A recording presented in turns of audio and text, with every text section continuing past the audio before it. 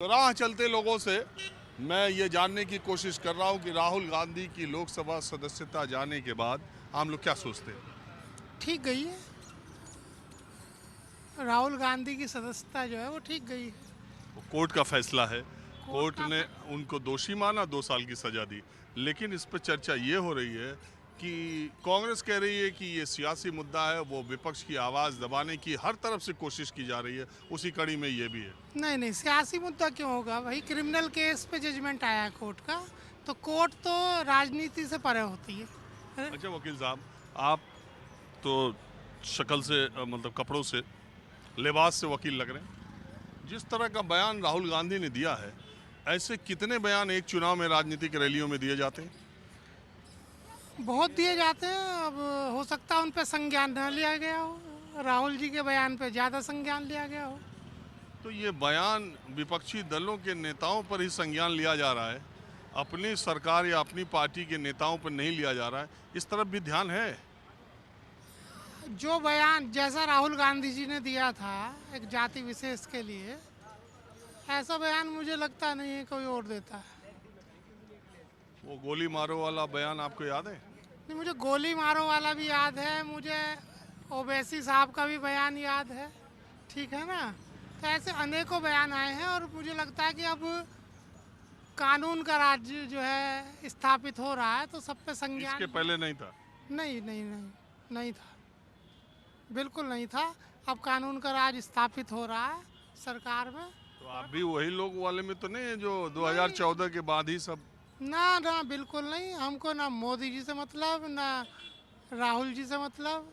जो सरकार ठीक काम करेगी हम उसके साथ। और वो जो विपक्ष कह रहा है कि ईडी सीबीआई पर हमारे खिलाफ? नहीं, विपक्ष को और काम ही कुछ नहीं है। काम क्या है विपक्ष के पास? उसको आरोप लगाना है बस सरकार के ऊपर। आप क्या मानती है मैडम? जी, सबसे पहले नमस्कार। मैं एक राजनीतिक विशेषज्ञ ही हूँ और क्योंकि ये प्रचलन चल रहा था तो मेरा थोड़ा सा इसमें रुचि बढ़ी और मैं यहाँ पर उपस्थित हुई हूँ। पहले मैं ये जानना चाहूँगी कि इस विषय पे बात जो चल रही है, थोड़ा सा अगर आप मुझसे पूछें तो मैं उस पर प्रकाश डालूँ। अरे यही राहुल गांधी की जो सदस्यता गई उस पर आप क्या मानती हैं? जी देखिए, मैं ये कहती हूँ, हमारे देश के संविधान में यदि हम विश्वास करते हैं, हम लॉ एंड ऑर्डर को मानते हैं, कृतज्ञ जहाँ भी होगा और किसी भी प्रकार का कृतज्ञ होगा वो कृतज्ञ कृतज्ञ ही है। उसके लिए कोई डिसाइडेड नहीं है कि कोई नेता है या आम आदमी है, क्योंकि जब हमारे देश का संविधान तय करता है तो वो महबूबा मुफ्ती जैसे लोगों को नज़रबंद भी कर देता है। ठीक है, तो संविधान संविधान से परे कुछ नहीं है।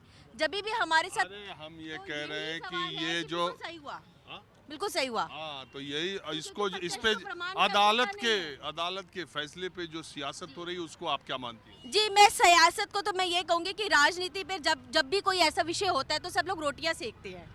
तो जिसको जैसा विषय मिल रहा है वो रोटियां सेक रहा है। तो इसमें राजनीति करने की आवश्यकता नहीं है, क्योंकि हमारे संविधान से बढ़कर उसके ऊपर कुछ है ही नहीं। और ये 8 साल जो राहुल गांधी अब चुनाव नहीं लड़ पाएंगे उसको आप कैसा सोचती हैं? मैं ये चाहती हूँ कि देश के पक्ष में जो काम हो रहा है, देश के हित में जो कार्य हो रहा है, वो एक सर्वथा एक सत्य दिशा में काम हो रहा है। ठीक। हाँ, पूछ। मैं भी यही मानता हूँ, ठीक करा, हाँ? सही करा। ये जो हाँ जी, 6 साल नहीं लड़ पाएंगे वो। 8 साल, 2 साल की सजा और 6 साल उसके बाद। सीधे सीधे जनप्रतिनिधित्व कानून में है कि 2 साल से ज़्यादा की सजा अगर आपको मिलेगी तो सजा प्लस 6 ईयर्स, माने अगर आज 2023 है तो 2031 तक वो चुनाव नहीं लड़। वो नहीं लड़ पाएंगे वो। ये तो बहुत अच्छा हुआ, ये तो दिल की बहुत ही अच्छा हुआ। और ये बैन कम से कम 15 साल का लगना चाहिए था उसमें तो। अरे तुमको लड़ना था क्या उनके खिलाफ? ठीक है सर, अब वो कुछ हो सकता है, अब वो कुछ प्रैक्टिस करें घर पे या कुछ राजनीति बोलने का सीखें कुछ। 6 साल में उनके पास समय मिल गया, अच्छे से मोदी को डिफेंड करना सीखेंगे। कर बनेगा। क्या बोल? मैं ये कह रहा था कि एक मजिस्ट्रेट के फैसले से इतना बड़ा डिसीजन लिया जा सकता है सर? मैं तो नहीं समझता हूँ, ये तो गलत डिसीजन है। अदालत ने फैसला किया और मैं अदालत के फैसले का सम्मान करता हूँ, लेकिन मैक्सिमम सजा 2 साल का, ये गलत है। आप सजा कर सकते थे, लेकिन ये राहुल गांधी का ऐसा एलिगेशन नहीं है कि वो उसको ये कहा के कि वार्निंग देके छोड़ा जा सकता था। ये तो पॉलिटिकल प्रतिशोध है सब, सीधी सी बात है।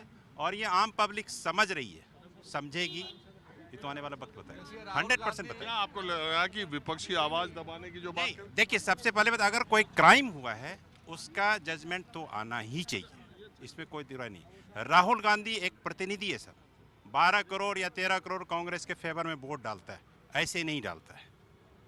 उसके लिए परफेक्ट जांच होनी चाहिए, जांच हुई नहीं, मजिस्ट्रेट चेंज करता है। अभी अपील का अधिकार तो है उनको, 1 महीने का टाइम एक है। महीने का अधिकार है, तो अभी ये डिसीजन लेना कि 8 साल तक चुनाव नहीं लड़ सकते, ये कहना मैं उचित नहीं समझता। मैं तो कह रहा हूँ कि पीपल्स ये रिप्रेजेंटेटिव एक्ट में अगर ये आज की तारीख में ट्रायल चल रहा है, अगर मीडिया ट्रायल किसी चीज को जस्टिफाई कर दे कि वो दोषी हो गया या मुजरिम हो गया, तो ये भी गलत है, ये ऐसा नहीं मेरी है। बात अपने चैलेंज करेंगे अरे कोर्ट में भाई जाकर मेरी के। बात सुनिए, मैंने और कहा चैलेंज होता है कि पीपल्स रिप्रेजेंटेटिव एक्ट 1951 की धारा 8(3) में ये बात लिखी है हाँ, उसके बाद कि राहुल गांधी भी ने कि फाड़ा था, 2 उसमें भी साल नहीं था। सुनिए 2 साल सजा 2 साल या उससे ज्यादा सजा पर आप ऑटोमेटिकली आपकी सदस्यता चली जाती है। तो हाँ, और लेकिन उनको जज ने ये फैसला सुनाते वक्त 2 साल या जुर्माना या दोनों, और ये भी कहा कि आप 1 महीने में अपील भी कर सकते हैं। आप क्या मानते हैं वकील साहब? देखिए क्या है कि राहुल गांधी एक पढ़े लिखे नेता हैं, किसी कांग्रेस पार्टी के चीफ रहे हैं, तो उनको तो मैक्सिमम से मैक्सिमम सजा होना चाहिए जो कि दिया गया है। कोई आम आदमी तो है नहीं कि उसको पता नहीं है, इग्नोर लॉ। तो वकील साहब मैं कह रहा हूँ कि इस देश के दूसरे राजनेताओं के बयान भी आपको याद हैं कि बस एक ही नेता पर होना चाहिए। जो भी नेता इस तरह का बयान देता है उसके ऊपर मैक्सिमम सजा जो बनती है वो बनती है, वो देना चाहिए, क्योंकि देश के संवैधानिक पद पर बैठे हुए किसी आदमी को कोई गाली नहीं दे सकता। वो चुन के आया हुआ प्रतिनिधि, आप उसको इलेक्शन में हराइए। अच्छा सर, संवैधानिक पद पे जो बैठा हुआ किसी भी बात का कोई सच कहने का अधिकार अगर कोई रखता है तो राहुल गांधी रखता है। अगर सच नहीं कहो ना तो ये बात को, अगर कोई सच कहता है, कोई सच कहता है तो उसको ऊपर ईडी लगा देते, सीडी लगा देते। ये नीरव मोदी है और ये सारे मोदी हैं, ये कहाँ हैं? सारा देश बेच के रख दिया, और जो सच कहता है उसको करे। अरे सुनिए, ईडी और सीबीआई के बारे में जान लीजिए। अरे हम 5 साल एमपी रहे, 5 साल हम एमपी रहे और 5000 करोड़ के आदमी बन गए। कहाँ से बन गए? ये तो जवाब दीजिए ना। तो इसलिए ईडी तो लगा। भाई एक बात सुनिए, नेता किसी भी पार्टी का हो, आरोप सबके ऊपर लगे हैं। 700 कर अडानी का 714 नंबर पे थे, 2 नंबर पे आ गए। अरे बिजनेसमैन है तो क्या हुआ? बिजनेस कर रहा है। ओके साहब, अब एक मिनट, अडानी के मामले में सरकार का जो दृष्टिकोण है वो पारदर्शी और उस पर सही तरीके से जवाब सरकार ने दिया है। देखिए, अदानी के मामले पर सुप्रीम कोर्ट ने एक कमेटी गठित कर दी है। उसको कब गठित की? मांग के ऊपर गठित किया। सुप्रीम कोर्ट तो हर चीज पर देख रहा है कि कब किस चीज में क्या हो रहा है। सुप्रीम कोर्ट ने गठित कर दिया।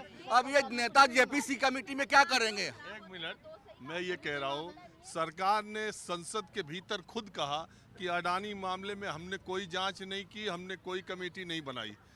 ये पूरा कितने लाख करोड़ का नुकसान आप समझिए, पहले सुप्रीम कोर्ट ने करना है कर दिया। अडानी जो आज जो बड़ा जवान हो गया है उसको कांग्रेस ने जवान किया है। 2014 से पहले भी अडानी था, 2014 से भी पहले अडानी जो है सो अरबपति था, और वही काम आगे बढ़ाता जा रहा है। अगर कुछ गलती किया है तो उसके लिए कानून बहता है, सुप्रीम कोर्ट बहता है।